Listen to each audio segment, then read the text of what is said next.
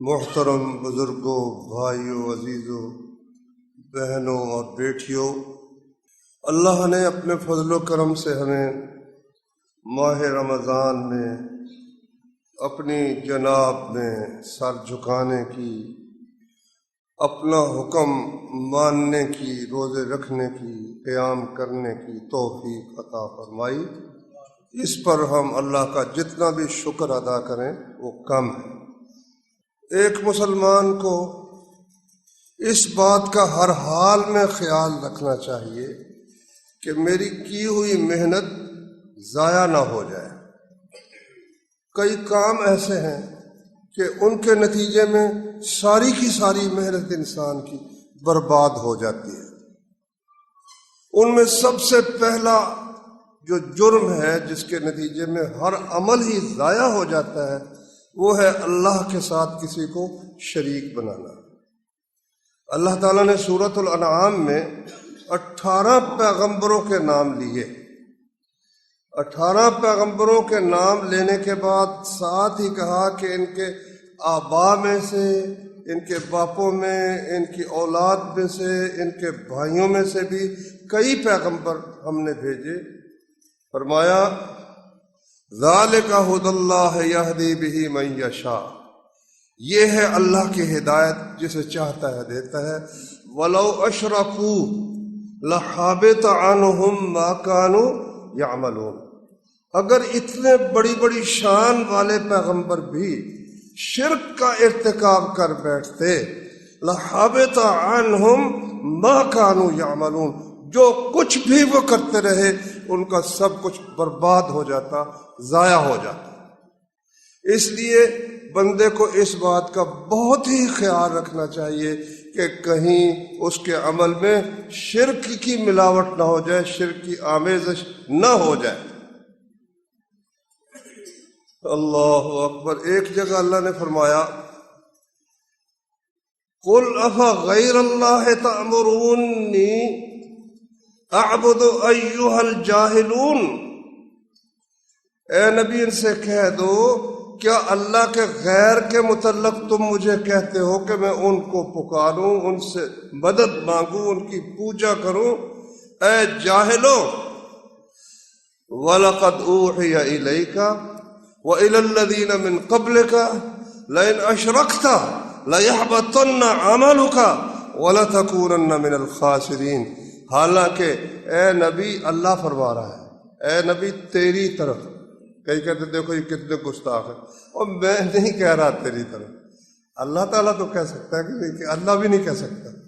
اس لیے اللہ تعالیٰ نے پورے قرآن میں نبی کو کاف جس کا معنی تو، اس کے ساتھ مخاطب کیا۔ وَلَقَدْ أُوحِيَ إِلَيْكَ، اے نبی تیری طرف بھی وحی کی گئی، وَإِلَى الَّذِينَ مِن قَبْلِكَ، ان لوگوں کی طرف بھی وحی کی گئی، سب پیغمبروں کی طرف جو آپ سے پہلے تھے۔ لَئِنْ أَشْرَكْتَ، کہ اگر تو نے شرک کیا، لَيَحْبَطَنَّ عَمَلُكَ، تو تیرا عمل سب کا سب ضائع ہو جائے گا، وَلَتَكُونَنَّ مِنَ الْخَاسِرِينَ، اور تو خسارہ اٹھانے والوں میں شامل ہو جائے گا۔ تو بھائیو اس کا بہت خیال رکھو، بہت خیال رکھو۔ نبی صلی اللہ علیہ وسلم نے فرمایا جو شخص کاہن کے پاس جائے جو کل آئندہ کی خبریں بتاتا ہے، اس نے اس دین کے ساتھ کفر کیا جو محمد صلی اللہ علیہ وسلم پر اترا۔ اس دین میں تو گنجائش ہی نہیں کہ کوئی شخص کل کی بات بتا سکے۔ اللہ نے فرمایا وَمَا تَدْرِي نَفْسٌ مَاذَا تَكْسِبُ غَدًا، کسی شخص کو معلوم نہیں کہ وہ کل کیا کرے گا۔ جو اپنے متعلق معلوم نہیں تو دوسرے کے متعلق اسے کیا معلوم ہو سکتا ہے؟ جو اگر لوگوں سے پوچھنا ہاں جی وہ کیا بنے گا، میرا شادی ٹھیک ہو جائے گی کہ اس جگہ شادی ٹھیک نہیں ہے، ہزاروں باتیں، میری چوری کہاں ہے۔ فرمایا عراف کے پاس جائے نا جو چوریاں بتاتا ہے، 40 دن نماز ہی قبول نہیں ہوتی اس کی۔ تو میرے بھائیو یہ سب سے بڑا گناہ شرک ہے، اور اگر کوئی شخص شرک کا ارتکاب کر بیٹھے تو اس کے پچھلے سب کے سب گناہ جو ہے وہ ضائع ہو جاتے ہیں۔ پھر شرک ہی ایک صورت اس سے کچھ کم تر درجے کی، اس سے کچھ کم درجے کی ہے، وہ بھی شرک۔ ان اخوف ما اخاف علی امتی الشرک الاصغر، مجھے اپنی امت پر سب سے زیادہ جس بات کا خوف ہے وہ ہے الشرک الاصغر، چھوٹا شرک، چھوٹا شرک۔ وہ کیا ہے؟ الریا، دکھاوے کے لیے کام کرنا۔ عمل کی درستگی کے لیے، قبولیت کے لیے سب سے پہلی شرط تو یہ ہے کہ وہ مسلمان ہو۔ کافر جتنے مرضی عمل کرتا رہے، جتنے ہسپتال بنوائے، خیرات کرے، ضائع نہیں ہوتا وہ بھی۔ اللہ تعالیٰ دنیا میں ہی اس کو اس کا پھل ضرور دے دیتا ہے، ضرور دے دیتا ہے۔ قیامت کے دن اللہ نے فرمایا کہ کافر لوگ جب آگ کے سامنے پیش ہوں گے نا تو ان سے کہا جائے گا اذھبتم طیباتکم فی حیاتکم الدنیا، جو تم نے اچھے کام کیے وہ دنیا میں ہی تمہیں اس کا بدلہ مل چکا ہے، اب یہاں ہمارے پاس تمہارے لیے کچھ بھی نہیں ہے۔ تو فرمایا کہ سب سے خوفناک چیز جس کا مجھے خطرہ ہے وہ ہے الشرک الاصغر، چھوٹا شرک، الریا، دکھاوا۔ تو دکھاوا ایک ایسا عمل ہے کہ اس سے کیے ہوئے سارے عمل جو ہیں وہ برباد ہو جاتے ہیں، اور قرآن مجید میں بھی اس کی مثال اللہ تعالیٰ نے دی ہے، اور نبی صلی اللہ علیہ وسلم نے فرمایا سب سے پہلے جہنم جن آدمیوں سے بھڑکائی جائے گی وہ 3 بندے ہیں، تینوں ہی اعلیٰ درجے کے لوگ ہیں، اعلیٰ درجے کے، معمولی لوگ نہیں ہیں۔ ایک عالم، ایک سخی اور ایک شہید، 3 بندے۔ عالم کو اللہ تعالیٰ اپنی نعمتیں یاد کرائے گا، دیکھ میں نے تجھے کتنا علم عطا کیا، کیسا ذہن ذہین بنایا، حافظہ تیرا، اور تجھے ہر قسم کی ضرورتوں سے بے نیاز کر کے علم حاصل کرنے کی توفیق بخشی، تو بتا تو نے کیا کیا؟ وہ کہے گا یا اللہ میں نے تیرا دین بہت پھیلایا، جہاں ضرورت تھی وہاں میں نے دعوت دی، تقریر کی، لوگوں کو سمجھایا۔ اللہ تعالیٰ فرمائے گا کذبتا، تو جھوٹ کہتا ہے، تو نے اس لیے کیا تاکہ لوگ کہیں بہت بڑا عالم ہے، فقط قیلا، تو یہ بات تو لوگوں نے کہہ دی، اب میرے پاس کیا لینا ہے؟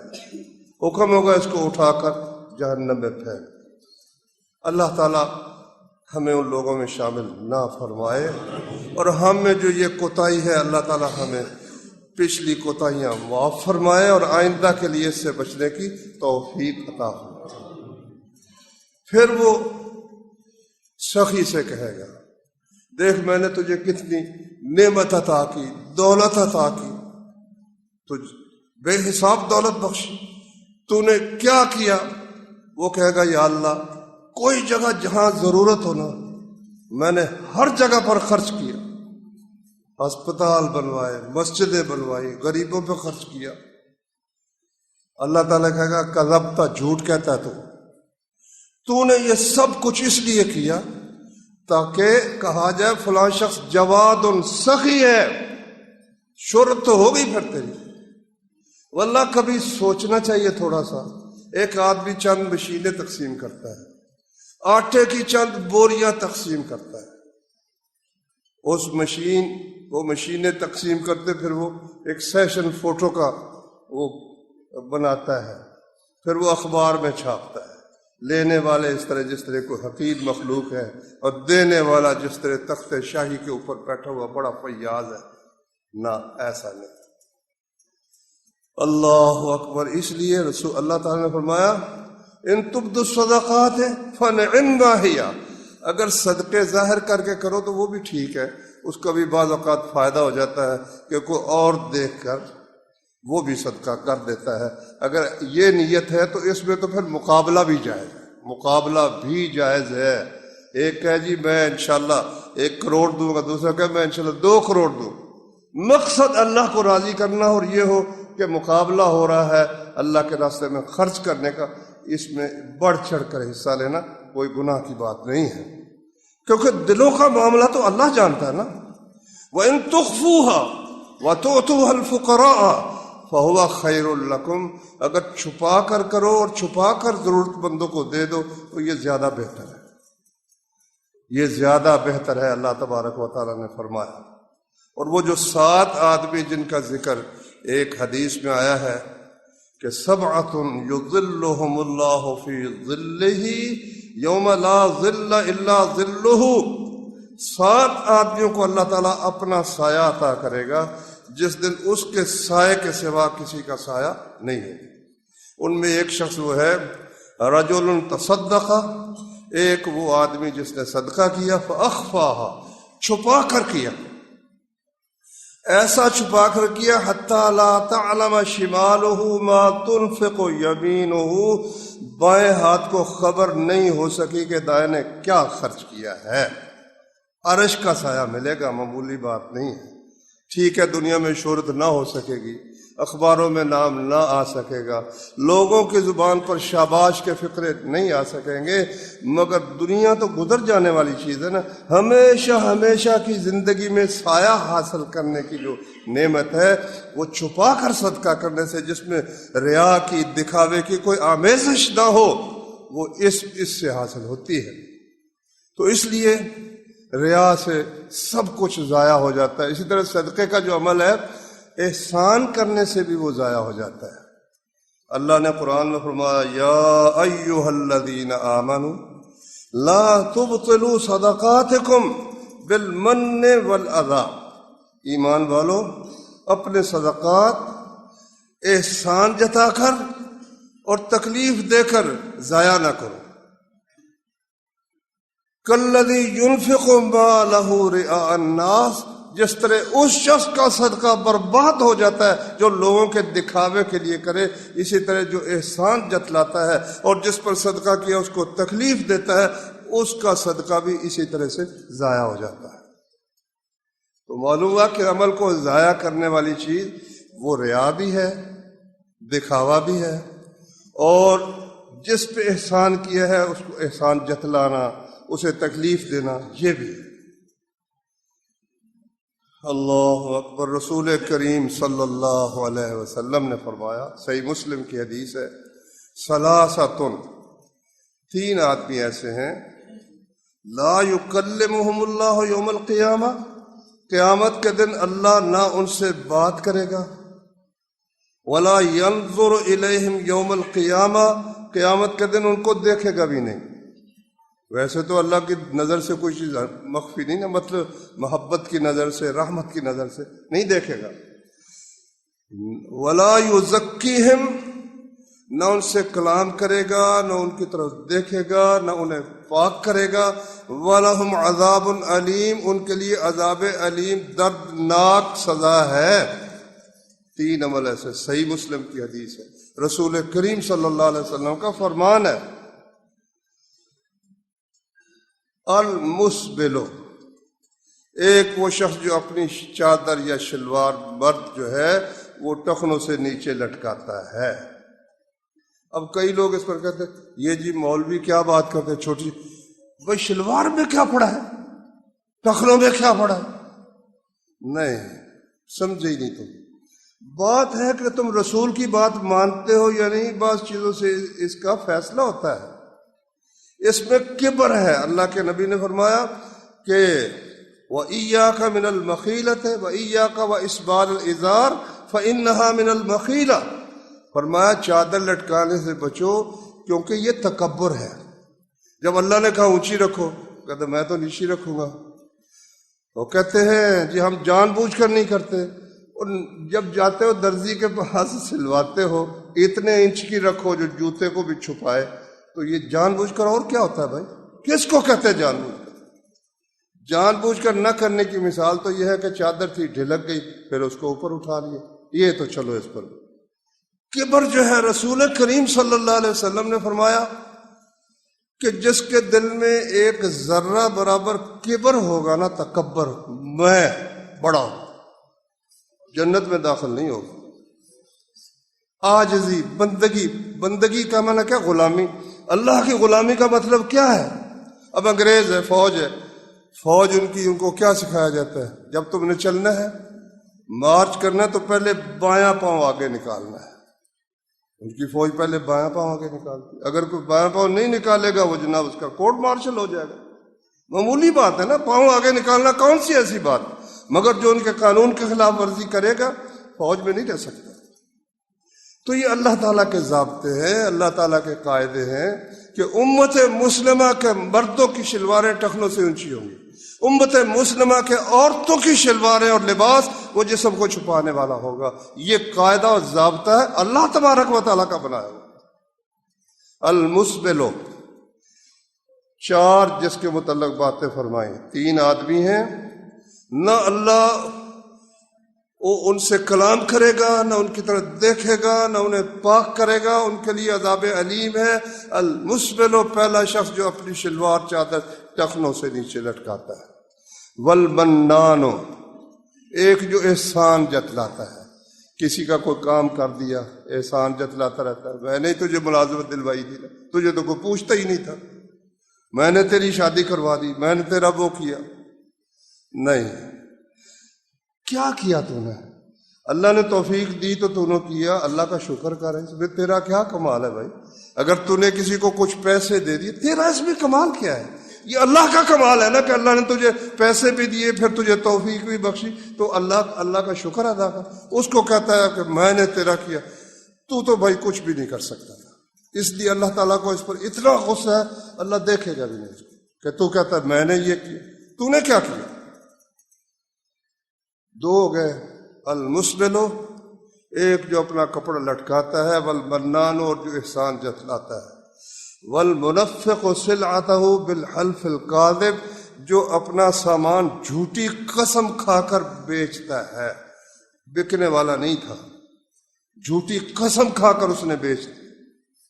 صحیح بخاری میں ہے کہ ایک عالم سے کسی نے کہا کہ ہمارے یہاں تاجر کو یہ کام کرتے ہیں کہ ان کے استبل ہے، استبل کا نام انہوں نے خراسان رکھ چھوڑا ہے. جس طرح آج کل کو اپنے گودام کا نام نا جاپان رکھ دے، گودام کا نام رکھ دے جاپان. اچھا، پھر جب وہ اس استبل میں سے گھوڑے یا خچر یا کوئی اور جانور وہ بیچنے کے لیے لاتے ہیں، تو خراسان کے گھوڑے بہت مشہور تھے. یہ جو ازبکستان ہے اس وقت، ریاستیں ہیں نا، روسی ریاستیں جو اللہ کے فضل و کرم سے جہاد کی برکت سے آزاد ہوئی، وہاں گھوڑے بہت ہوتے ہیں. ترکی میں گھوڑے بہت ہوتے ہیں، ترکی میں گھوڑے کا گوشت عام بکتا ہے. یہاں تو ایسا بن گئی نا بات مصیبت کے، جو گھوڑا، یہ وہاں بھی کہتے گھوڑا حرام. ترکی پورا انفی ہے، پورا ملک ہی انفی ہے. وہاں گھوڑے کا گوشت، گھوڑے کا دودھ عام بکتا ہے. اسی طرح ازبکستان میں، تاجکستان میں، ان ملکوں کے اندر گھوڑوں کی بڑی ماشاءاللہ افزائش بہت ہے. تو اس وقت یہ سارا علاقہ خراسان کہلاتا ہے. اب وہ کیا کرتے ہیں، وہ چونکہ وہاں کے گھوڑے بہت اچھے ہوتے تھے، اس لیے منڈی میں لا کر بیچتے وقت کہتے یہ کل ہی خراسان سے یہ گھوڑا آیا ہے، بالکل تازہ آیا ہے. وہ بیچارہ اس کی قسم پر اعتبار کر کے گھوڑا خرید لیتا. تو عالم سے پوچھا، اس نے کہا یہ تو بہت ہی بڑا دھوکہ ہے، اتنا بڑا دھوکہ. جس طرح آج کل کوئی کپڑا بیچے گا جی آج ہی جاپان سے آ رہا ہے. جاپان کیا ہے، وہ اس کا جو ہے نا کیا کہتے ہیں، گودام کا نام جاپان رکھ چھوڑے. جاپان سے میڈ ان جاپان اوپر لکھ دے، میڈ ان جاپان تو ہے نہیں، دھوکہ دے. تو میرے بھائیوں، یہ 3 آدمی ہیں. المسبلو، چادر لٹکانے والا، والمنان، احسان جتلانے والا، والمنفق سلعتہ بالحلف الکاذب، جھوٹی قسم کے ساتھ اپنا سامان نکالنے والا، فروخت کرنے والا. اللہ اکبر. میں نے شروع میں جو آیت پڑھی ہے، ایک وہ آیت، اس کا میں آپ کو ترجمہ بتاتا ہوں، اور ایک اس کے ساتھ ملتی جلتی اور آیت ہے. ان دونوں آیتوں پر آپ غور فرمائیں. فرمایا ایود احدکم ان تکون لہ جنۃ من نخیل وعناب لہ فیہا من کل الثمرات ولہ ذریۃ ضعفاء. کیا تم میں سے کوئی شخص یہ پسند کرتا ہے کہ اس کا کھجوروں کا اور انگوروں کا باغ ہو؟ خاص طور پر ان دونوں کا اللہ تعالیٰ نے نام لے کر کہا، اس میں کھجوریں بھی ہیں اور انگور بھی ہیں. وَلَهُ فِيهَا مِن كُلِّ الثَّمَرَاتِ، صرف یہ دو نہیں، ہر پھل اس میں سے ہر پھل بھی موجود ہے، ہر پھل کا درخت موجود ہے، ہر پھل کے کچھ نہ کچھ، من کل الثمرات، تمام پھل جو ہے اس میں کچھ نہ کچھ موجود ہے۔ وَلَهُ ذُرِّيَّةٌ ضُعَفَاء، محنت سے اس نے جوانی سے لے کر وہ باغ تیار کیا، بڑھتا بڑھتا، پہلے چند اس میں درخت تھے، پھر اس نے اور لا کر لگائے، پھر اور لا کر لگائے، اب وہ اپنے اوج پر، کمال پر پہنچ گیا، جوبن پر پہنچ گیا۔ وَلَهُ ذُرِّ وَأَصَابَهُ الْكِبَرُ، یہ باغ تیار کرتا کرتا بندہ بوڑھاپے کو پہنچ گیا، بوڑھا ہو گیا۔ وَلَهُ ذُرِّيَّةٌ ضُعَفَاءُ، اولاد بچے ہیں اس کے، وہ چھوٹے چھوٹے بچے ہیں، وہ کوئی کمائی کرنے کے قابل نہیں ہے۔ باغ اس نے تیار کیا، عمر بھر کی محنت کی، باغ مکمل تیار ہو گیا، بچے چھوٹے چھوٹے ہیں اور بڑھاپے کی عمر آ گئی۔ فَأَصَابَهَا إِعْصَارٌ فِيهِ نَارٌ، ایک بگولا آیا، واو روڑا جس کو پنجابی میں کہتے ہیں، ایک بگولا آیا جس میں آگ تھی۔ فَاحْتَرَقَتْ، وہ باغ بالکل ہی جل گیا، اس کا نشان بھی اس آگ سے ختم ہو گیا۔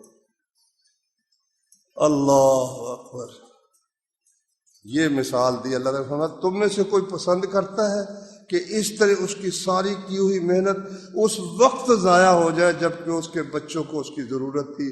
یہ بوڑھا تھا، دوبارہ باغ لگا نہیں سکتا تھا، اور یہ اگلی منزل کو روانہ ہونے والا تھا۔ بچے جو تھے ان کو سخت ضرورت تھی کہ ان کا کچھ نہ کچھ آسرا موجود ہو اور وہ ان کی پرورش ہو سکے۔ اس وقت آگ آئی اور آگ نے اس باغ کو جلا دیا۔ کیا تم میں سے کوئی شخص یہ پسند کرتا ہے کہ اس کے پاس ایسا باغ ہو؟ تو یہ مثال اللہ تعالیٰ نے دی ہے کہ ایک آدمی ساری عمر محنت کرتا رہا۔ اب دو چیزیں اس میں آ سکتی ہیں۔ ایک تو یہ کہ یہ مثال ہے اس شخص کی جس نے بڑی محنت کی، بڑے اعمال جمع کیے، لیکن ان کے اندر ریا شامل تھی۔ اس ریا نے، اس دکھاوے نے سب کچھ برباد کر دیا، اور اس وقت قیامت کے دن جب اللہ کے حضور میں پیش ہوا، جب کہ اب دوبارہ نئے سرے سے عمل بھی نہیں کر سکتا اور اس کو ضرورت بھی شدید ہے ان اعمال کی، اس وقت جب ان اعمال کی پڑتال کی گئی تو وہ آگ ان کو جلا چکی تھی۔ وہ جو دکھاوے کی بات تھی، سناوے کی بات تھی، اس نے سارے عملوں کو بلیا بیٹ کر دیا تھا۔ فرمایا کیا تم ایسا باغ رکھنا پسند کرتے ہو؟ جب پسند نہیں کرتے تو اپنے اعمال میں یہ بگولا حملہ آور ہونے کی گنجائش مت رکھو، صرف اللہ کے لیے کرو۔ لوگ اللہ کی قسم دے بھی کچھ نہیں سکتے، لوگوں نے کیا دینا ہے؟ اگر کوئی آدمی آپ کو دیتا ہے تو اللہ ہی اس کے دل میں ڈالتا ہے، وہ نہ ڈالے تو وہ نہیں دے سکتا۔ اس لیے پھر جو دیتا ہے ہم اس سے کیوں نہ مانگیں؟ تو ایک یہ جو ہے نا، اس سے بھی اللہ تعالیٰ نے، اور دوسری آیت میں پھر ایک اور مثال دی اللہ تعالیٰ نے، فرمایا وَأَوْفُوا بِعَهْدِ اللَّهِ إِذَا عَاهَدتُّمْ، جب تم نے عہد کر لیا ہے اللہ تعالیٰ سے تو اب اس کو پورا کرو۔ مومن مسلم جو ہو گئے ہو تو اب اللہ سے کیا ہوا عہد پورا کرو۔ ہاں، وَلَا تَنْقُضُوا الْأَيْمَانَ بَعْدَ تَوْكِيدِهَا، وہ جو تم نے قسمیں کھائی ہیں، ہم مومن ہیں، اللہ کا حکم مانیں گے، نبی کا حکم مانیں گے، ان قسموں کو پکا کرنے کے بعد اب توڑنا نہیں ہے، توڑ نہ دینا۔ پھر اس کی اللہ نے ایک مثال دی، کَالَّتِي نَقَضَتْ غَزْلَهَا مِن بَعْدِ قُوَّةٍ أَنْكَاثًا، ایک عورت ہے سارا دن وہ سوت کاٹتی رہتی ہے، اس کو وٹ چڑھا چڑھا کر مضبوط کر لیتی ہے، من بعد قوت، مضبوط کرنے کے بعد اس دھاگے کو پکڑ کے توڑ توڑ کر پھینک دیتی ہے۔ تو اسی طرح تم نے جو اللہ سے عہد کیا ہے اس کو توڑ نہ دینا۔ ان عہدوں میں سب سے پہلا عہد اللہ کی توحید اور نبی کی اطاعت ہے، یہ ہے پہلا ہے، اور اطاعت میں سب سے پہلا عمل نماز ہے۔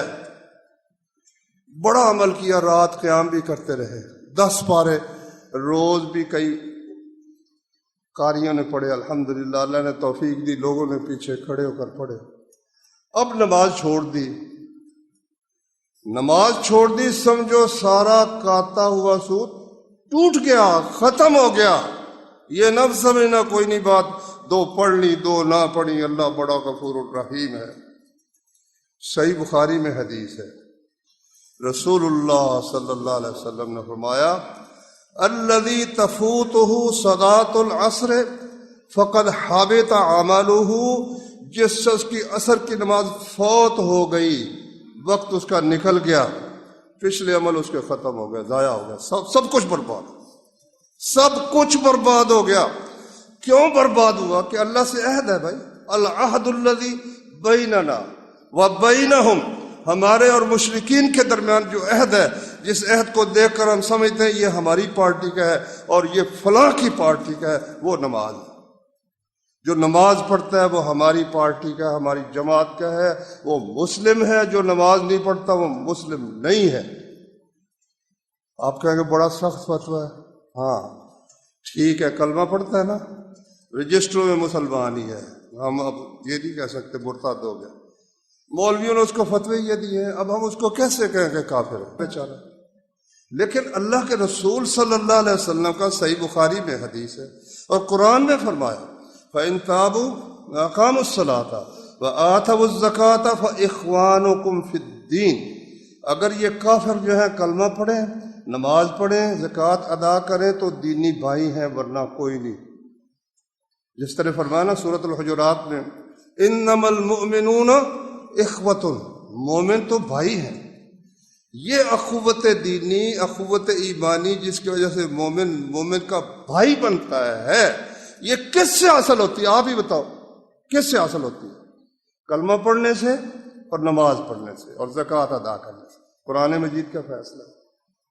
اچھا، تو عصر کی نماز کا خاص طور پر ذکر کیا، اس کا یہ مطلب نہیں دوسری نماز چھوڑ دے تو پھر کچھ نہیں ہوتا۔